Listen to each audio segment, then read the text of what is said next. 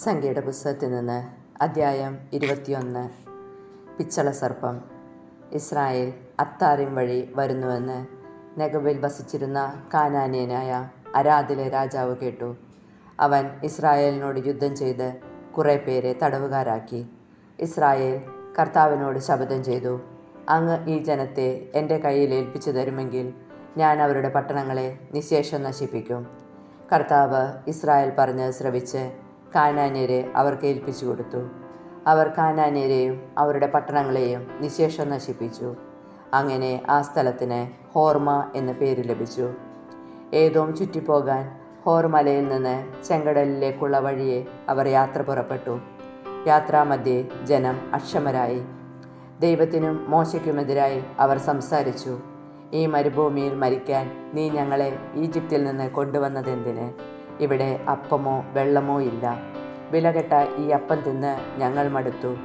അപ്പോൾ കർത്താവ് ജനത്തിൻ്റെ ഇടയിലേക്ക് ആഗ്നേയ സർപ്പങ്ങളെ അയച്ചു. അവയുടെ ദംശനമേറ്റ് ഇസ്രായേലിൽ വളരെ പേർ മരിച്ചു.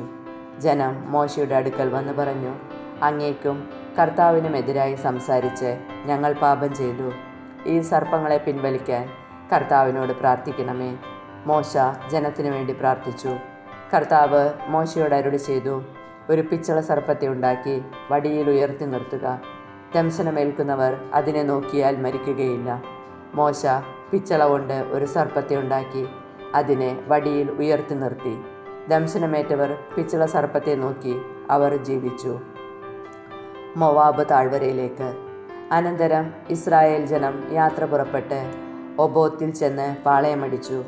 അവിടെ നിന്ന് പുറപ്പെട്ട് മോവാബിനെതിരെയുള്ള മരുഭൂമിയിൽ ഇയെ അബീറിമിൽ കിഴക്കിന് ദിക്കിന് അഭിമുഖം പാളയമടിച്ചു. അവിടെ നിന്ന് പുറപ്പെട്ട് സേരദ് താഴ്വരയിൽ പാളയമടിച്ചു. അവിടെ നിന്ന് പുറപ്പെട്ട് അർണോൺ നദിയുടെ മറുകരയിൽ പാളയമടിച്ചു.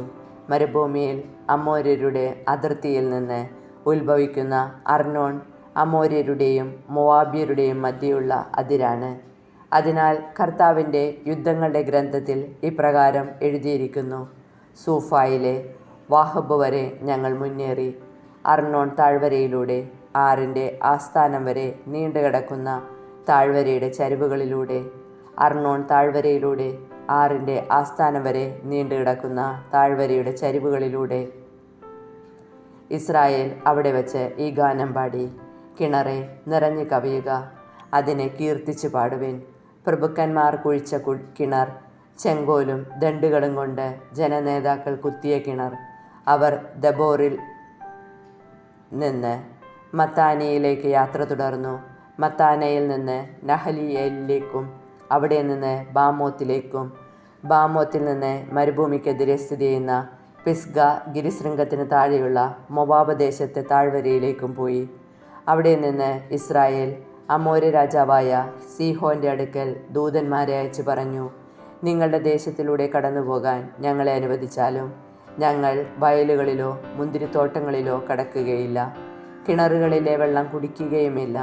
നിങ്ങളുടെ അതിർത്തി കടക്കുവോളം ഞങ്ങൾ രാജപാതയിലൂടെ തന്നെ യാത്ര ചെയ്തു കൊള്ളാം. എന്നാൽ തൻ്റെ ദേശത്തിലൂടെ കടന്നു പോകാൻ സീഹോൻ ഇസ്രായേലിനെ അനുവദിച്ചില്ല. അവൻ തൻ്റെ ജനത്തെയെല്ലാം കൂട്ടി ഇസ്രായേലിനെതിരെ മരുഭൂമിയിലേക്ക് പുറപ്പെട്ടു. യാഹാസിൽ വച്ച് ഇസ്രായേലിനോട് യുദ്ധം ചെയ്തു. ഇസ്രായേൽ അവനെ വാൾനിരയാക്കി. അർണോൺ മുതൽ യാബോക്ക് വരെ അമോര്യരുടെ അതിർത്തി വരെ വ്യാപിച്ചു കിടക്കുന്ന അവൻ്റെ ദേശം കൈവശപ്പെടുത്തി. യാസീറായിരുന്നു അമ്മോന്യരുടെ അതിർത്തി. ഇസ്രായേൽ ഈ പട്ടണങ്ങളെല്ലാം പിടിച്ചെടുത്തു. ഹെഷ്ബോൺ ഉൾപ്പെടെയുള്ള അമോര്യരുടെ എല്ലാ നഗരങ്ങളിലും ഗ്രാമങ്ങളിലും അവർ വാസമുറപ്പിച്ചു. ഹെഷ്ബോൺ അമോര്യ രാജാവായ സീഹോൻ്റെ നഗരമായിരുന്നു. അവൻ മൊവാബിലെ മുൻ രാജാവിനോട് യുദ്ധം ചെയ്ത് അർണോൺ വരെയുള്ള അവൻ്റെ ദേശം അത്രയും പിടിച്ചടക്കിയിരുന്നു.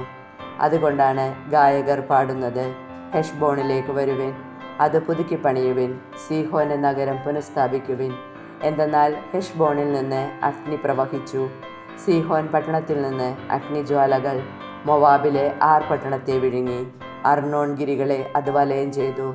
മൊവാബെ, നിനക്ക് ദുരിതം, കെമോഷ് നിവാസികളെ നിങ്ങൾക്ക് നാശം. അവൻ തൻ്റെ പുത്രന്മാരെ അഭയാർത്ഥികളും പുത്രിമാരെ വിപ്രവാസികളുമാക്കി. അമോര്യനായ സീഹോൻ രാജാവിന് നൽകി.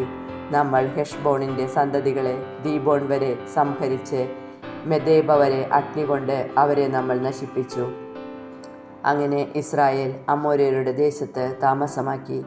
രഹസ്യ നിരീക്ഷണം നടത്താനായി മോശ ആളുകളെ യാസേറിലേക്ക് അയച്ചു. അവർ ഗ്രാമങ്ങൾ പിടിച്ചടക്കുകയും അവിടെ ഉണ്ടായിരുന്ന അമോര്യരെ ഓടിച്ചു കളയുകയും ചെയ്തു. പിന്നീട് ഇസ്രായേൽക്കാർ ബാഷാനിലേക്കുള്ള വഴിയിലൂടെ യാത്ര ചെയ്തു. ബാഷാൻ രാജാവായ ഓഗ് തൻ്റെ സകല ജനത്തെയും കൂട്ടിവന്ന് എദ്രയിൽ വെച്ച് അവരുമായി ഏറ്റുമുട്ടി. കർത്താവ് മോശയോട് അരുൾ ചെയ്തു, അവനെ ഭയപ്പെടേണ്ട, അവനെയും അവൻ്റെ ജനത്തെയും ദേശത്തെയും നിനക്ക് ഞാൻ വിട്ടുതന്നിരിക്കുന്നു. ഹെഷ്ബോണിൽ വസിച്ചിരുന്ന അമോര്യ രാജാവായ സീഹോനോട് ചെയ്തതുപോലെ നിങ്ങൾ അവനോട് ചെയ്യണം. അങ്ങനെ ഇസ്രായേൽക്കാർ ഓഗിനെയും അവൻ്റെ പുത്രന്മാരെയും സകല ജനത്തെയും ഒന്നൊഴിയാതെ കൊന്നൊടുക്കി അവൻ്റെ ദേശം കൈവശപ്പെടുത്തുകയും ചെയ്തു.